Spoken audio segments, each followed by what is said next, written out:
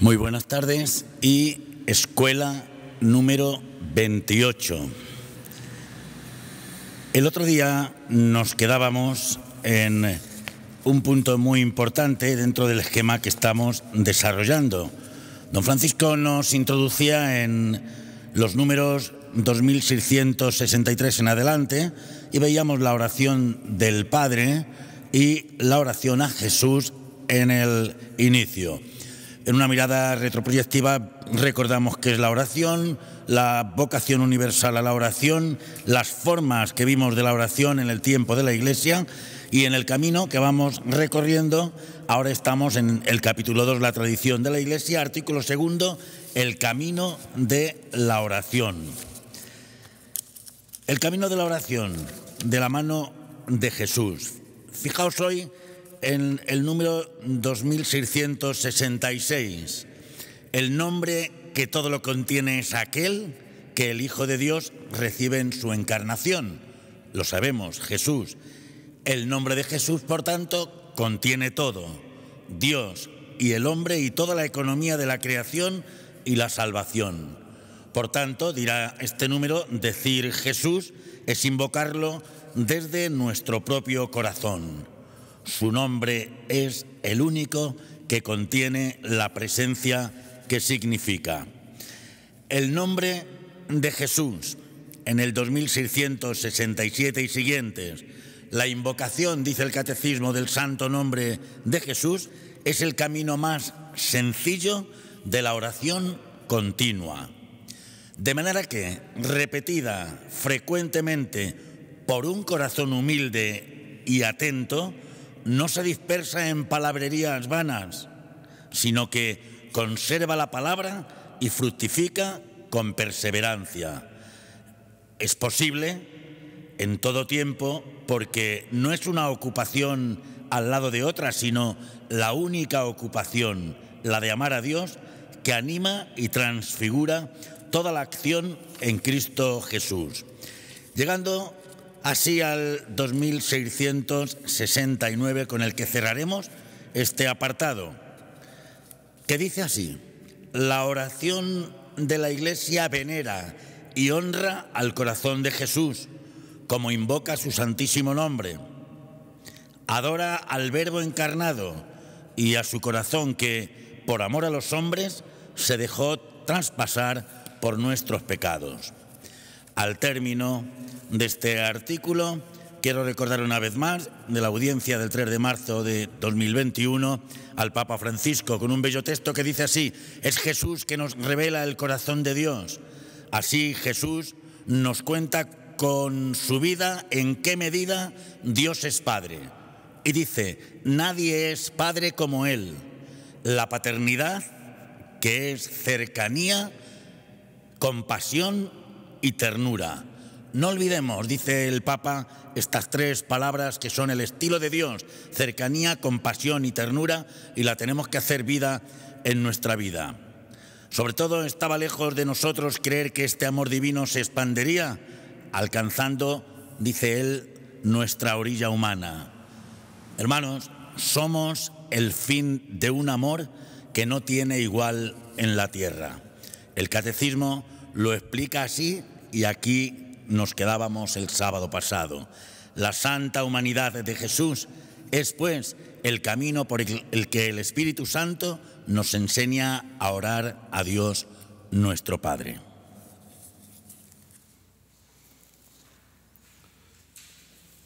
Todos o muchos de los orantes han leído el famoso libro de toda la tradición de Oriente cristiano, El peregrino ruso.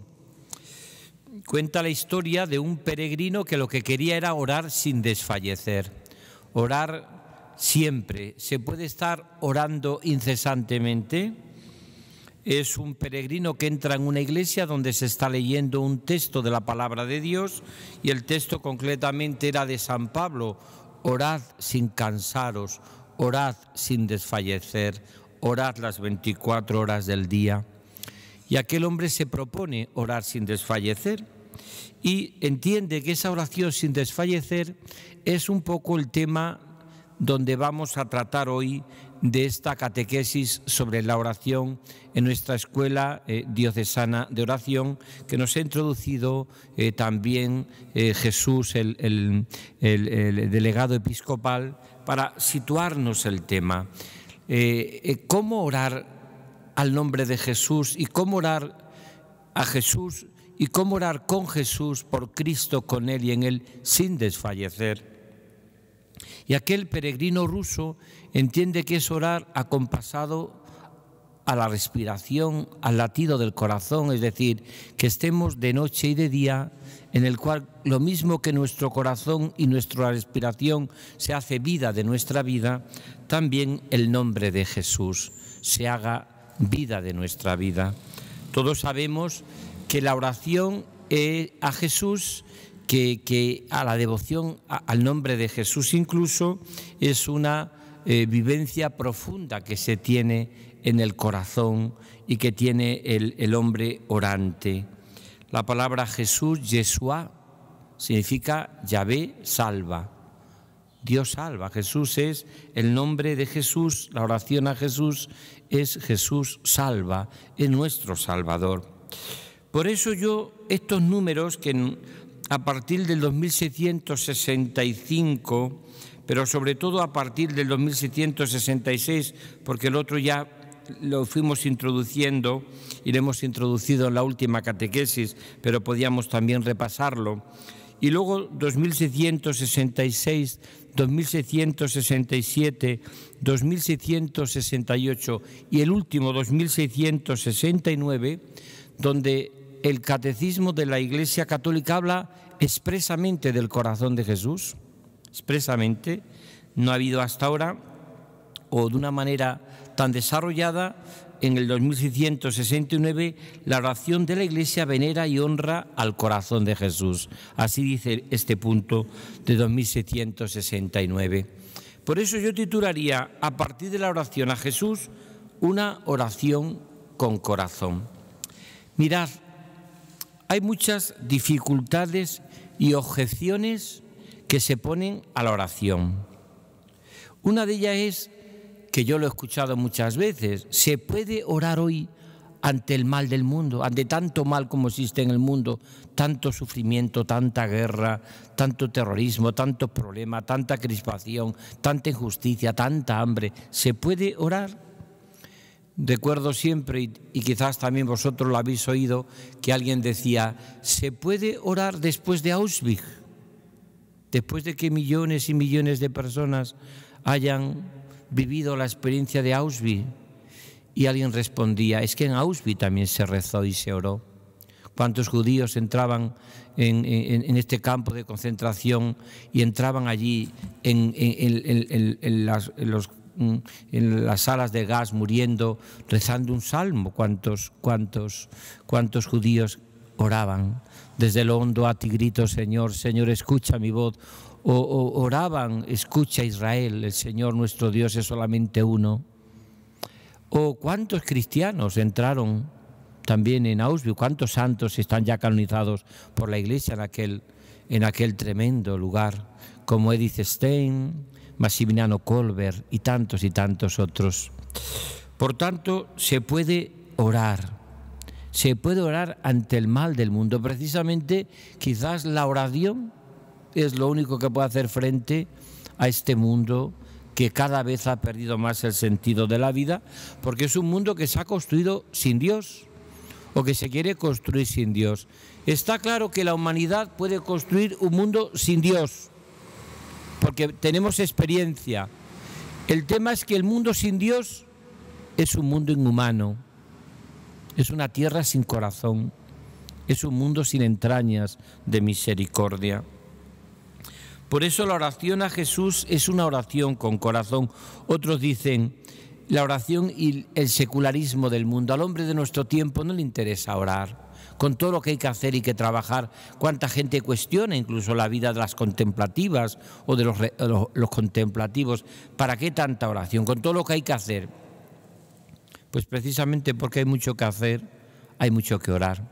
Siempre recuerdo aquel capítulo de las hermanas, de las misioneras de la caridad de la Madre Teresa de Calcuta, creo que fue en 1967, cuando dicen las hermanas misioneras de la caridad: tenemos muchísimo que hacer, cada vez tenemos más trabajos, cada vez abrimos más casas, cada vez atendemos a más pobres, a más enfermos, a más moribundos. ¿Qué tenemos que hacer?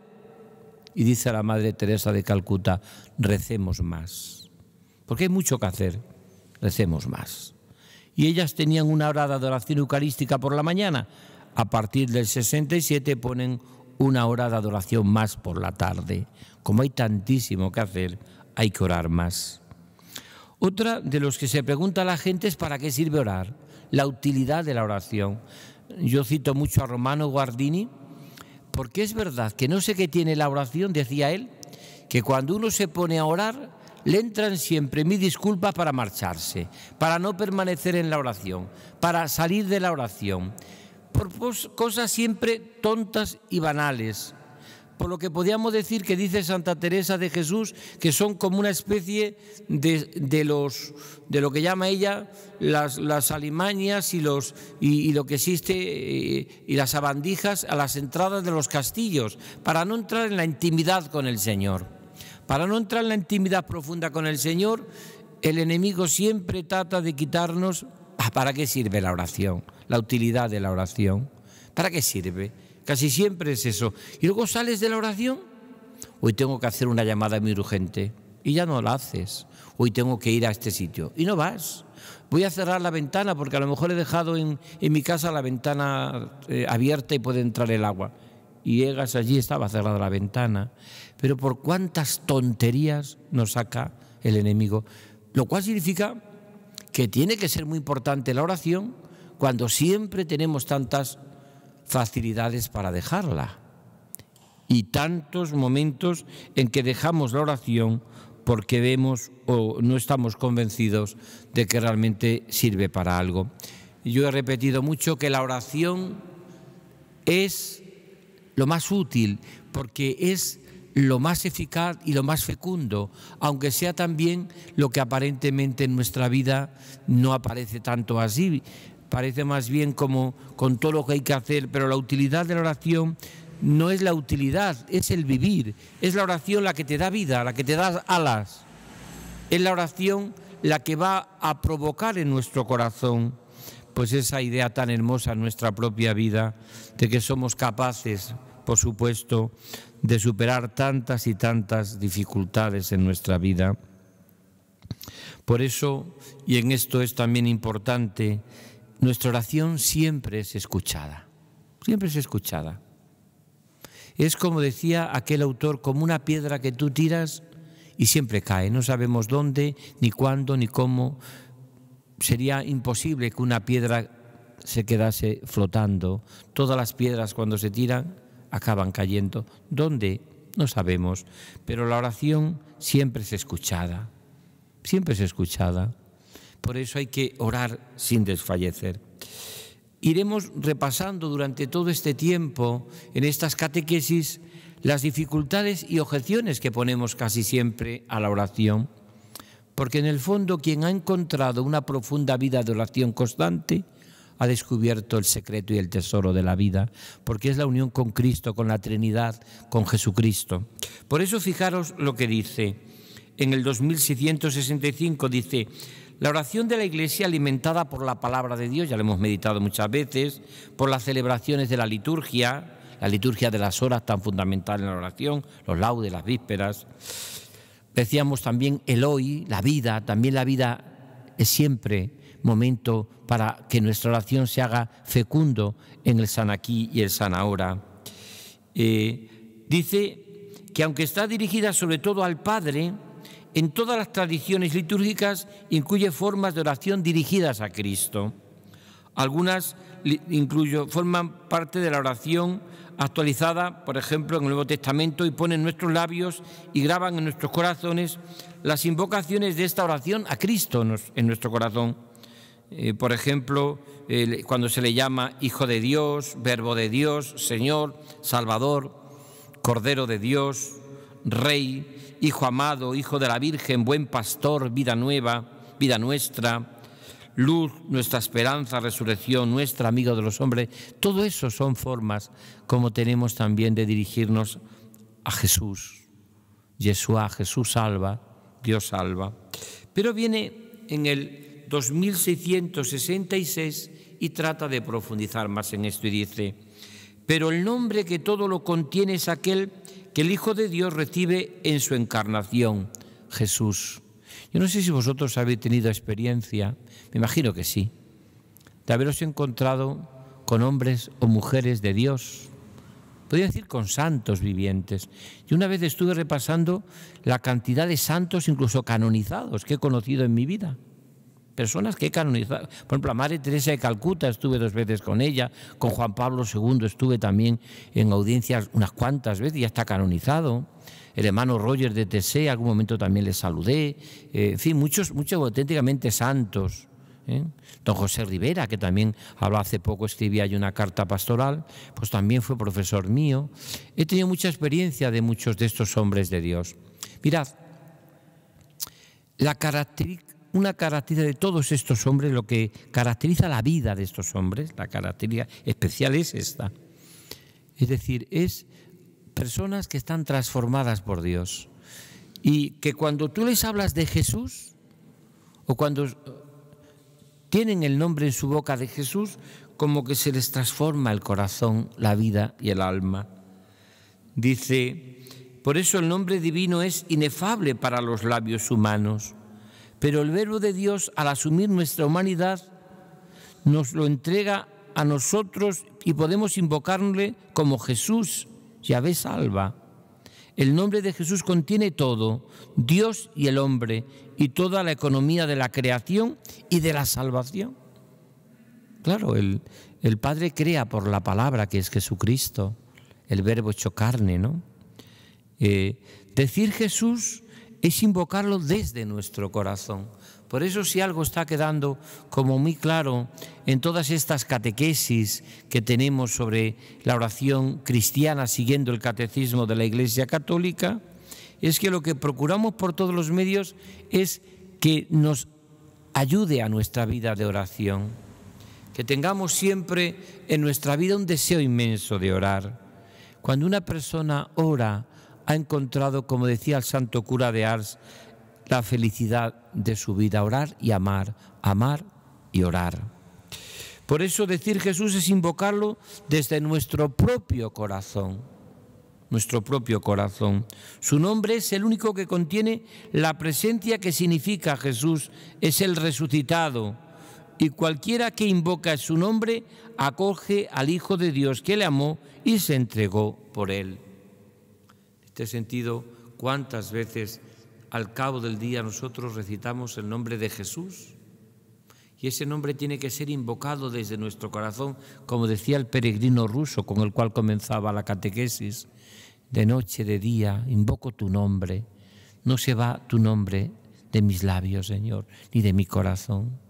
Es como la persona que está enamorada o enamorado. Decir el nombre de la persona que ama es iluminársele los ojos. A nosotros nos debería pasar lo mismo. Cada vez que hablamos de Jesús, esa es mi experiencia que he tenido con algunas personas verdaderamente llenas de santidad. Tú le hablabas de Jesús y parecía que se le transformaba la mirada. Nombrar a Jesús y desaparecen todas las dificultades, porque es como cuando uno está enamorado. Pues las dificultades se llevan y uno se pasa ratos delante del Señor. ¿Y qué me importa sentir que no sentir? ¿Y qué me importa aburrirme que no aburrirme? ¿Acaso el amor no muchas veces se lo pregunten a los padres y a las personas que se aman y a los esposos que se quieren de verdad? A veces el amor no tiene por qué ser siempre divertido, puede ser también aburrido. Pero el aburrimiento no quita ni un ápice de que sea amor auténtico. ¿Cuántas veces la madre se pasa aburrido con el niño pequeño toda la tarde? No tiene por qué buscar diversiones, pero es estar con él, que de vez en cuando le da un abrazo, o que sencillamente le mira cómo descansa, cómo duerme, o que está allí. Eso le transporta al corazón. Y muchas veces perdemos en la oración ese ir a lo esencial y a lo sustantivo. Y esto hace mucho cuando hacemos la oración a Jesús.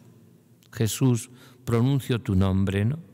Incluso ha habido una Eucaristía, una misa antes votiva, la misa del nombre de Jesús. Y San Bernardino de Siena le tenía muchísima devoción al nombre de Jesús.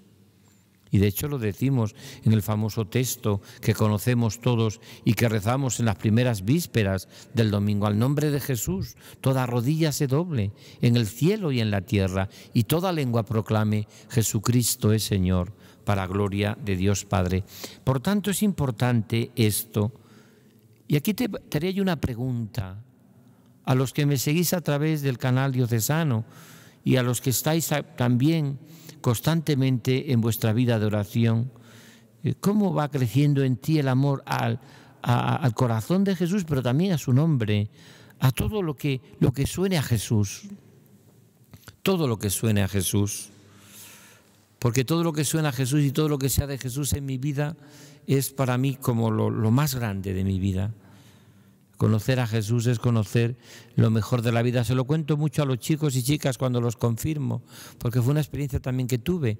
Una vez le preguntaban a la Madre Teresa de Calcuta cuál era el secreto de su vida. Y lo dijo esto: ¿cuál es el secreto de su vida? Podíamos cada uno de los que estamos aquí y de los que estamos viendo este programa a través de la televisión diocesana, podíamos cada uno de nosotros decir: ¿cuál es el secreto de mi vida? A la Madre Teresa de Calcuta se lo preguntan los periodistas en aquella rueda de prensa. Ella baja la voz y dice con muchísima sabiduría, pero con muchísimo sentido del humor, cosa que tienen todos los santos, sentido del humor. Porque solamente cuando uno tiene sentido del humor es cuando se toma muy en serio la vida de Dios y de los hermanos, y sus cosas las relativiza. Que a veces hacemos de nuestra cosa un mundo y parece que los únicos que tenemos dificultades y problemas en la vida somos nosotros, cuando uno mira y hay tantísima gente que sufre y que lo pasa mucho peor, y que nosotros tenemos que estar al servicio también del Señor y de los hermanos, que es la mejor manera también incluso hasta de cuidar de nosotros. Pues desde esa realidad la Madre Teresa dice: mirad, mi secreto se llama Jesús, y dice solo el nombre de Jesús, lo que estamos viendo en este programa y en estos momentos de la catequesis. Mi secreto se llama Jesús. Y cuando uno cuenta un secreto, dice a todo el mundo: no se lo cuentes.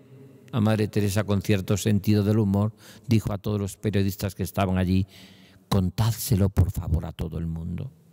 Mi secreto es Jesús. No tengo otro secreto en mi vida. Mi secreto es Jesús. Continuamos. En el 2767 dice: esta invocación de fe bien sencilla ha sido desarrollada en la tradición de la oración bajo formas diversas en Oriente y Occidente, como empezamos la catequesis, sobre todo la oración famosa de Jesús, la famosa oración. La formulación más habitual transmitida por los espirituales del Sinaí es esta: de Siria y del monte Athos es la invocación Jesús, como oraba el peregrino ruso. Jesús, Cristo, Hijo de Dios, Señor, ten piedad de nosotros pecadores. ¿Veis? En nombre de Jesús, y somos pecadores, lo cual es hermosísimo porque conjuga, por una parte, el himno cristológico de Filipenses 2, que también ya he reflexionado y hemos meditado, con la petición del publicano y del mendigo ciego. Mediante ella el corazón se abre a la miseria del hombre y a la misericordia de su Salvador. Mirad, aquí está condensada una oración con corazón, tanto en Oriente como Occidente.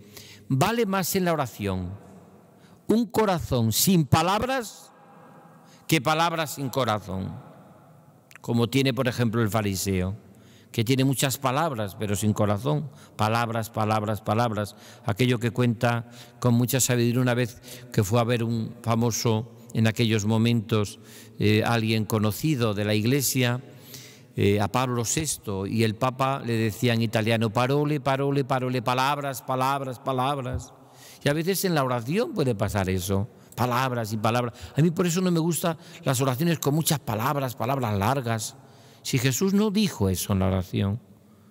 Por eso vale más, mucho más, en la oración un corazón abierto sin palabras que palabras sin un corazón abierto.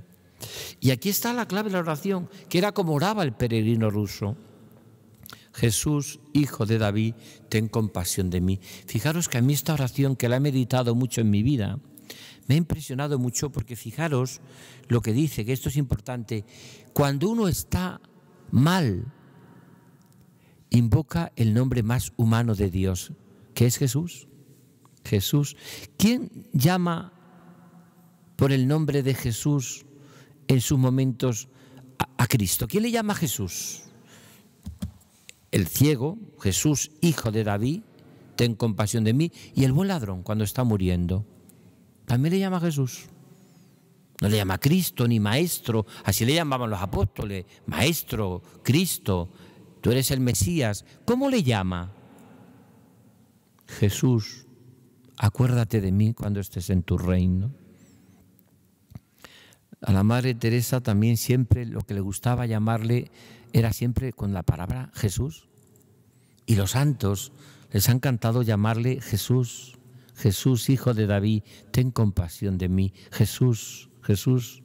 ¿Cómo se lo diría a su madre, por ejemplo, la Virgen? O San José, ahora que estamos celebrando precisamente también en estos momentos en nuestra vida, que estamos celebrando también este jubileo, este aniversario del 150 de la proclamación de San José como patrono de la Iglesia Universal.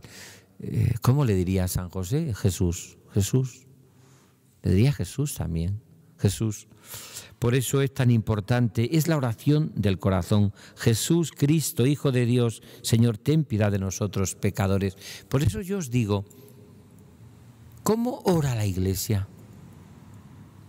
Pues así. ¿Ha dejado en algún momento de toda su historia la Iglesia de orar así? Jesús, Hijo de David, ten compasión de mí. ¿Qué decimos en la misa al empezar todas las Eucaristías? Señor, ten piedad. Cristo, ten piedad. Señor, ten piedad. Kyrie eleison, Christi eleison, Kyrie eleison. La Iglesia siempre ha orado como pecadora a Jesús, porque somos pecadores todos. Y quien no ora así es que no es verdadera su vida, no es auténtica. Quien dice que no ha pecado es un mentiroso, dice San Pablo. Todos somos pecadores. Y los que piensan que se presentan delante de Dios con todos los derechos porque piensan que están por encima del bien y del mal, esos no bajarán nunca justificados a la vida, como dice el Evangelio precisamente. Solo bajarán justificados aquellos que oran como el publicano. Kyrie eleison, Christe eleison, Kyrie eleison. Jesús, Hijo de David, ten compasión de mí. Aprenderos, mirad, esto es una recomendación que hago en esta catequesis. Os recomiendo que aprendáis a orar cuando tengáis momentos de oración seca o que estáis en pocos momentos de tener una especie como de noche oscura en el corazón cuando estéis orando. Os propongo que aprendáis a orar con palabras del Evangelio, de la Biblia, como jaculatorias directas al corazón. Por ejemplo, Jesús, Hijo de David, ten compasión de mí. Jesús, Hijo de David, ten compasión de mí. Pero a mí, por ejemplo, también me gusta mucho decirle al Señor en mis ratos largos de oración: Señor, tú lo sabes todo, tú sabes que te quiero. Muchas veces se lo digo: Señor, tú lo sabes todo, tú sabes que te quiero. ¿Qué te voy a decir a ti yo, Señor, que no me hayas dicho tú, como dice una canción? ¿Qué te puedo yo pedir que no me la hayas dado tú ya? Si antes de que yo te diga te quiero, tú me lo has repetido millones de veces y me has dicho millones de veces el amor que me tienes.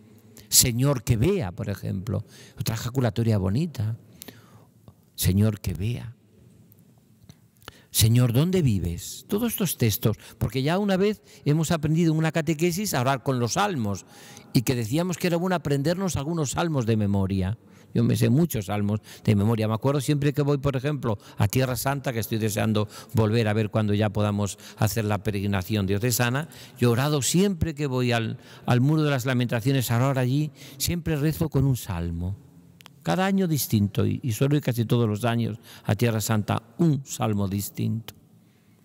Pero me gusta también orar con el nombre de Jesús.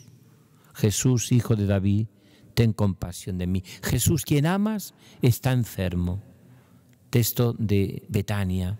Cuando hay una persona, Jesús, quien amas, está enfermo. Qué hermoso, ¿verdad? Orar así. Jesús, ten compasión de mí. Jesús, no soy digno de que entres en mi casa, pero una palabra tuya bastará para sanarme. La oración también del centurión. Tantas y tantas oraciones como las hacemos nuestras para que nuestra oración sea verdaderamente una oración en Jesús, por Cristo, con Él y en Él. Y continúa 2668. La invocación del santo nombre de Jesús es el camino más sencillo de la oración continua. ¿Ves? Ya lo hemos explicado con el peregrino ruso. Repetida con frecuencia por un corazón humildemente atento, no se dispersa en palabrería, sino que conserva la palabra con mayúscula y fructifica con perseverancia. Es posible en todo tiempo. Esto lo puedo rezar en la calle, como rezamos el rosario. Una maravilla, yo muchas veces rezo el rosario por la calle, cuando vas dando un paseo. Es una oración también litánica. Pues también convertir Jesús, hijo de David, ten compasión de mí, como una especie de letanías del corazón enamorado. Que no se caiga nunca de tu boca la palabra Jesús. Eso dicen los santos padres de la Iglesia, que nunca se caiga de tu boca ni de tu corazón la palabra Jesús. Jesús delante de ti, Jesús detrás de ti, Jesús a tu lado, Jesús a tu derecha, Jesús a tu izquierda, Jesús en tu corazón, Jesús en tus labios, Jesús en tus manos para servir a los pobres. No se te olvide nunca el nombre de Jesús. Y por eso dice, es posible en todo tiempo, porque no es una ocupación al lado de la otra, sino la única ocupación. ¿Qué va haciendo la vida de oración? Cuando una persona es orante, te acaba convirtiendo en una obra de amor. Por eso hay que orar siempre, todos los días sin desfallecer. No significa que estés todos los días dedicándole 24 horas a estar, como estáis muchos de vosotros, en la adoración perpetua o en la oración. No, tenemos que dedicar un tiempo de mi vida a la oración, una hora o el tiempo que dediquemos todos los días. Pero luego,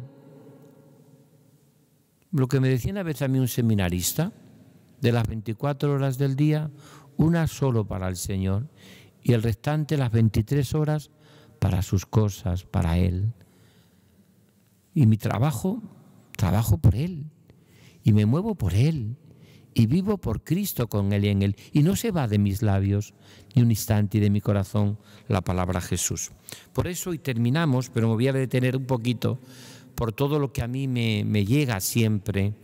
Porque en el 2669, si alguna vez queréis comentar desde el Catecismo de la Iglesia Católica, que es lo último y lo más que ha escrito el Magisterio, lo más para mí acabado y más profundo sobre la oración cristiana, en el 2669 dice así: la oración de la Iglesia venera y honra al corazón de Jesús, como invoca también su santísimo nombre, claro, como invoca también su santísimo nombre.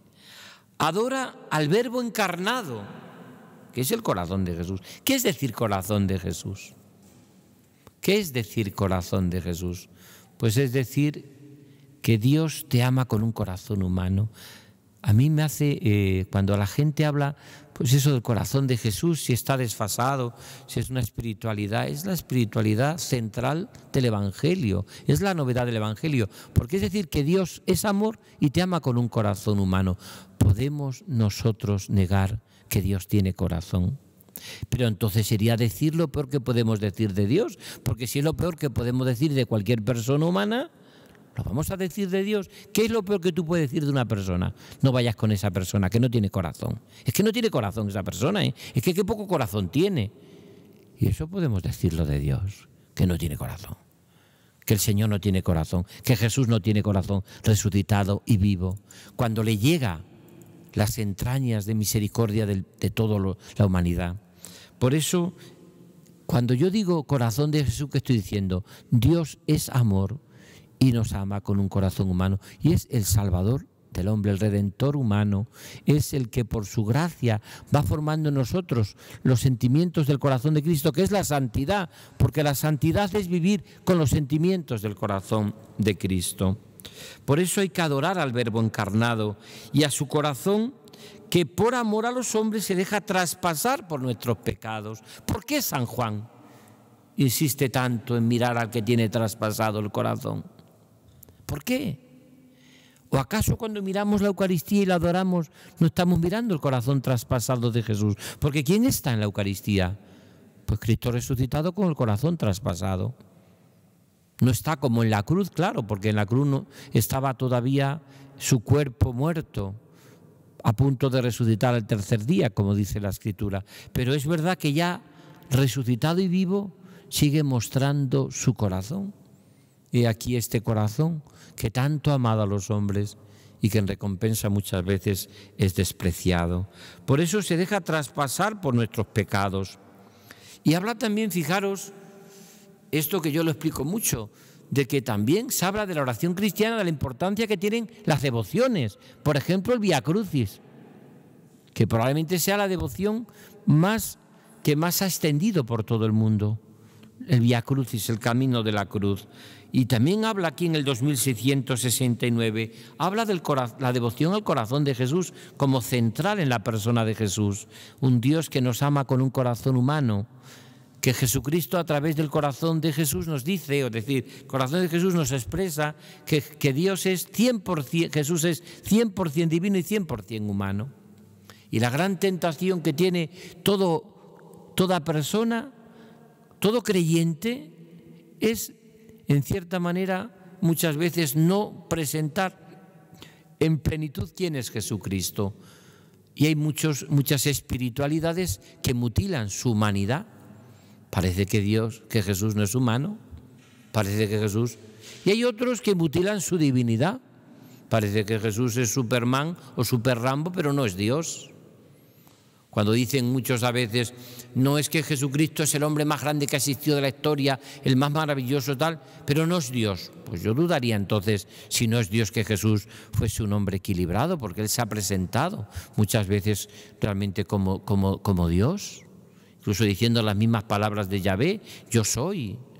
Incluso nos ha pedido que tenemos que dejar por Él casa, padre, madre, hermanos, amigos, todo por Él. No sería muy equilibrado si Jesucristo no fuese un Dios, porque nos exige un amor de totalidad, que eso no lo puede exigir Dios. Claro que Jesucristo es 100% divino y 100% humano. Hay también espiritualidades que tampoco cuidan lo humano. Parece como si Jesucristo nunca se cansara o no necesitase comer, orar o trabajar, o la amistad o la fraternidad o ser cuidado, y Jesucristo necesitaba, porque era plenamente humano. Era plenamente humano, aunque era también plenamente divino. Por eso la oración cristiana practica el Vía Crucis siguiendo al Salvador. Las estaciones desde el pretorio al Gólgota y al sepulcro jalonan el recorrido de Jesús, que con su gran santa cruz nos ha redimido, nos redimió. Pues mirad, esto es lo que hemos visto hoy, que el próximo día, si Dios quiere, iríamos al Espíritu Santo. Ven Espíritu Santo, lo cual nos viene de maravilla porque estamos ya preparándonos para Pentecostés, que es el gran fruto de la Pascua, el gran fruto de Cristo resucitado. Pero es muy hermoso porque quizás en esta catequesis hemos contemplado como nunca todos esos aspectos de la oración a Jesús, de esa oración encorazonada en Jesús, de esa oración que vibra en nuestro corazón con Jesús, por Cristo, con Él y en Él. Y es una auténtica maravilla, porque esa oración en la cual nosotros vivimos y en este sentido pues descubrimos cómo nuestra oración se puede decir que es una oración de corazón a corazón. Es una oración de corazón a corazón. El corazón le entiende el corazón. Es un Dios con corazón que nos habla al corazón y que entendemos perfectamente. Cuántas veces cansados en nuestra oración, quizás aburridos, quizás con todos esos planteamientos que decíamos hoy, ¿para qué sirve orar si el mundo aparentemente no cambia? Si yo tampoco aparentemente cambio. Que a veces es un poco una de las grandes, entre comillas, pues realidades que hacemos, que tiene nuestra oración, que rezamos muchos años, llevamos rezando y aparentemente no cambiamos tanto. Ahora dice uno, si orando tanto cambio poco, si no orase nada sería, vamos. Pues gracias a que mi oración poco a poco me va haciendo un corazón ilimitadamente bueno como el de Jesús. Por eso qué importante es descubrir que necesitamos ser hombres y mujeres de una profunda vida de oración, de sintonizar con el corazón de Jesús, y que nuestra oración sea descubrir cada día aquel que nos ha dicho: venid a mí todos los que estáis cansados y agobiados, y yo os aliviaré. Y aprended de mí, que soy manso y humilde de corazón, y encontraréis vuestro descanso.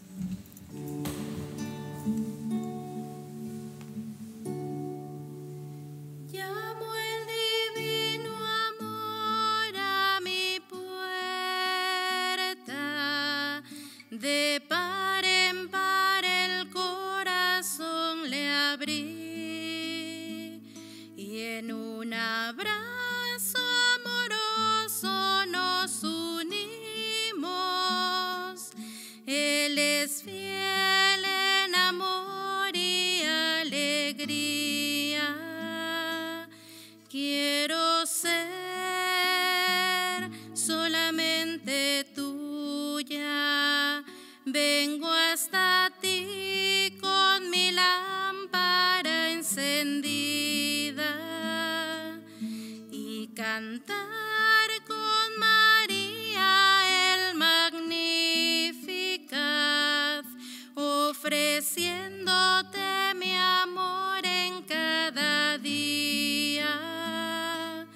Quiero ser solamente tuya. Vengo hasta ti con mi lámpara encendida, y cantar con María el Magnificat, ofreciéndote mi amor en cada día.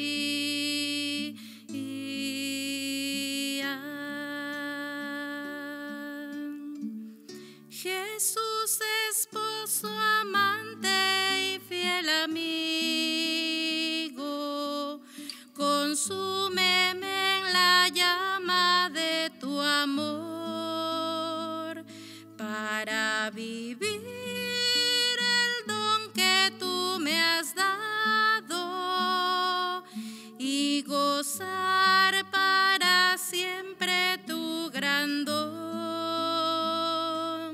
Quiero ser solamente tuya.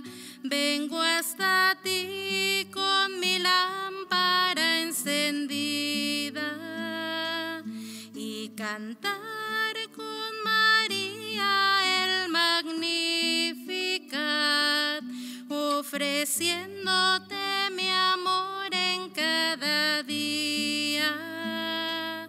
Quiero ser solamente tuya.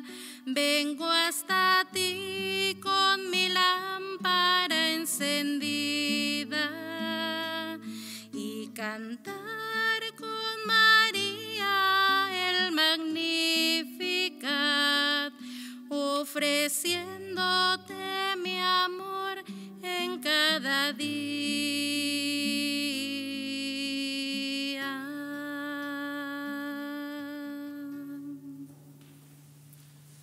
Muchas gracias, hermana Carmela Cortés Patiño, por esta preciosa voz y este precioso canto. Ahora nos da también el testimonio la hermana Verónica Flores Osorio. Ambas son del Instituto de Siervas Guadalupanas de Cristo Sacerdote. Cuánto hacen por los sacerdotes. Ellas son esa lámpara encendida que están junto a aquellos, nuestros hermanos mayores, en la casa sacerdotal, entre otros, y también al lado de nuestro arzobispo.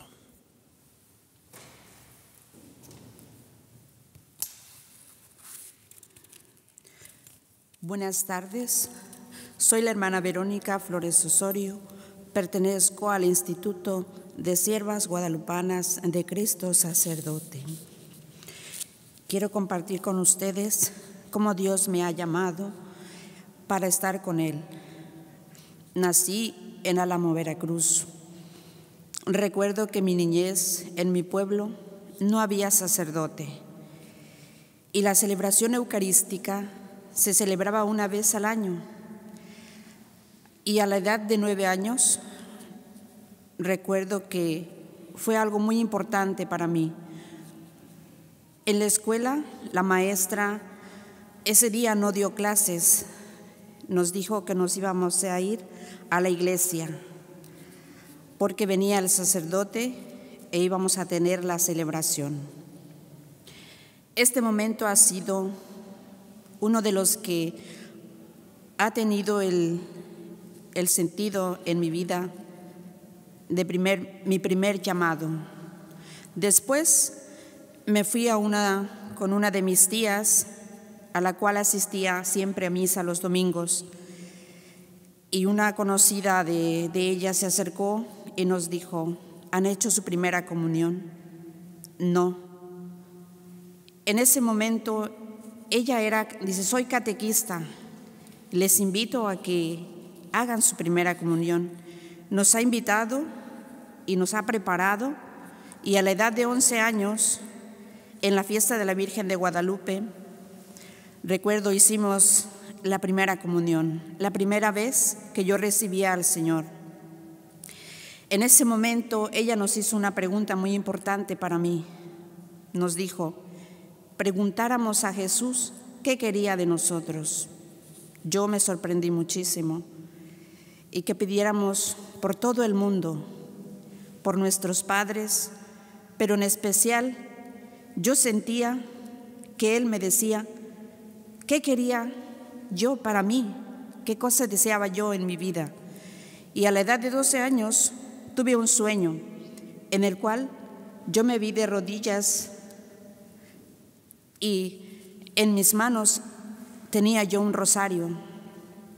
La verdad, no sabía yo qué quería decirme el Señor a través de este sueño. Y luego también vi una casa muy grande. Había unas personas con unas vestiduras largas. No sabía yo qué cosa eran. No hice caso. No tomé importancia a este sueño. Y a la edad de 15 años, recuerdo, empezaron a visitarme los testigos de Jehová y me invitaron a ir con ellos. Y como toda adolescente, yo andaba buscando algo o alguien, más bien. Me fui con ellos y estuve asistiendo con ellos durante 2 años. Al poco tiempo que empecé a ir a las reuniones, me hicieron que yo ya fuera a predicar. Yo no sabía nada, yo no me sentía preparada y tampoco sabía qué voy a decir si no sé nada. Al principio no eran tan insistentes, pero después iba creciendo la insistencia. Y les comparto esto porque es muy fácil perderse en el camino de Dios y alejarse de Él. Porque cuando yo asistía con los testigos de Jehová, me sentía vacía. Sabía que quería servir, pero no sabía cómo ni dónde. Y fui entonces cuando una catequista me invitó a dar catecismo e irme a preparar a la parroquia. Cuando cumplí los 18 años, estaba por terminar mi bachillerato y poco antes fueron las hermanas siervas guadalupanas del instituto que pertenezco, de misiones al pueblo. Y fue ahí cuando conocí la comunidad y algo nuevo comenzó en mí, porque en mi pueblo había un colegio de religiosas, pero no me llamaban la atención. En cambio, cuando conocí a las hermanas, lo primero que vi en ellas fue la alegría, el servicio y la forma de tratar a los demás.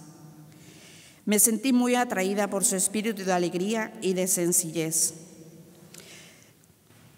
Y las hermanas, al terminar las misiones, hicieron la invitación a las jóvenes que quisieran seguir al Señor en su carisma sacerdotal. Nos hicieron la invitación a una jornada vocacional y fue entonces cuando me acerqué a ellas a preguntar qué se necesitaba para participar. Cuando llegué a casa, le comenté a mi tía con la cual vivía. En un principio me apoyó y me dijo: avisa a tu papá. Mi papá se opuso. Me regresé con mi tía y me dijo: ve, yo te voy a apoyar. Yo tenía en mente quedarme, solo quería participar, pero fue más fuerte el llamado que sentí de parte de Dios, que no pude decir no. Mi tía nunca se imaginó que yo me iba a quedar, y cuando se enteró fue por mí al convento y me decía que regresaran, pero Dios me hizo fuerte, me dio valentía para formar y para tomar una decisión.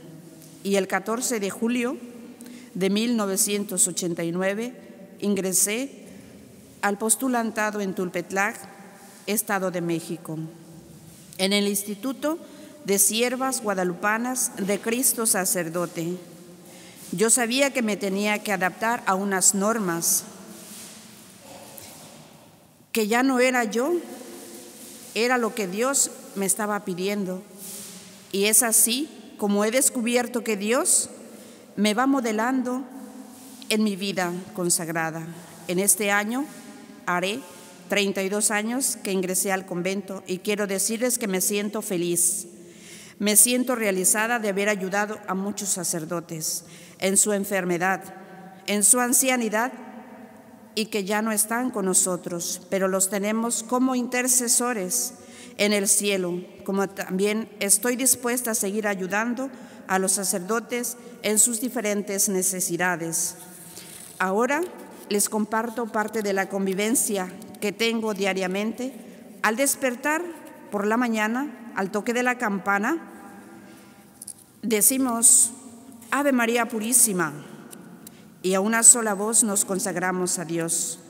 Oh Señora y Madre mía, yo me ofrezco enteramente a ti y en prueba de mi filial afecto te consagro en este día y para siempre mis ojos, mis oídos, mi lengua y mi corazón.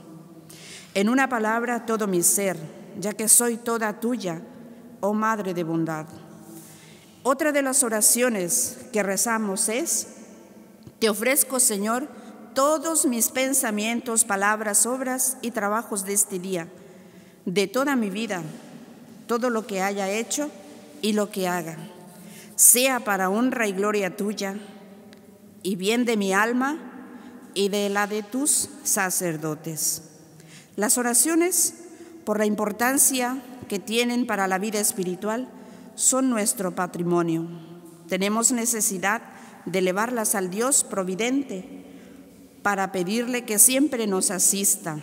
Principalmente pedimos por la santificación de los sacerdotes y perseverancia de los seminaristas, por nuestras familias, por los vivos y difuntos, por todos.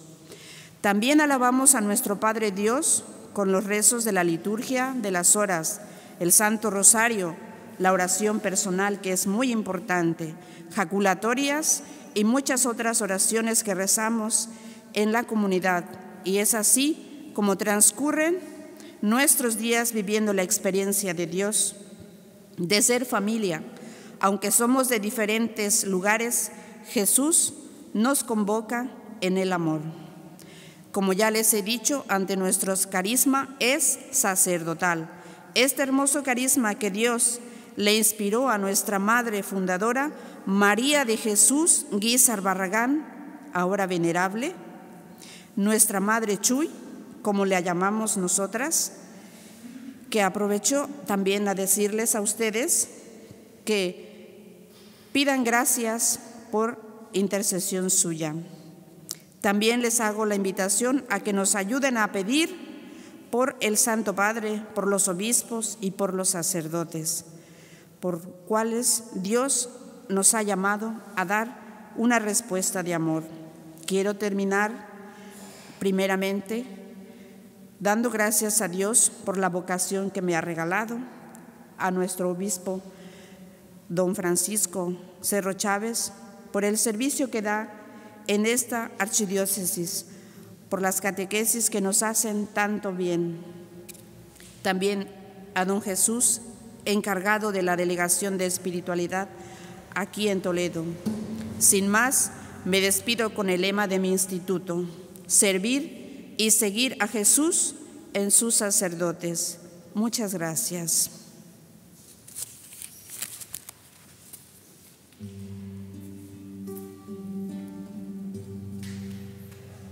Señor, toma mi vida nueva antes de que la espera desgaste años en mí. Estoy dispuesto a lo que quieras, no importa lo que sea, tú llámame a servir. Llévame donde los hombres necesiten tus palabras, necesiten mis ganas de vivir, donde falte la esperanza, donde falte la alegría, simplemente por no saber de ti. Te doy mi corazón sincero para gritar sin miedo tu grandeza, Señor. Tendré mis brazos sin cansancio, tu historia entre mis labios y fuerza en la oración. Llévame donde los hombres necesiten tus palabras, necesiten mis ganas de vivir, donde falte la esperanza, donde falte la alegría, simplemente por no saber de ti. Y así en marcha iré cantando, por pueblos predicando lo hermoso que es tu amor. Señor, tengo alma misionera, condúceme a la tierra que tenga sed de ti. Llévame donde los hombres necesiten tus palabras, necesiten mis ganas de vivir, donde falte la esperanza, donde falte la alegría, simplemente por no saber de ti, simplemente por no saber de ti.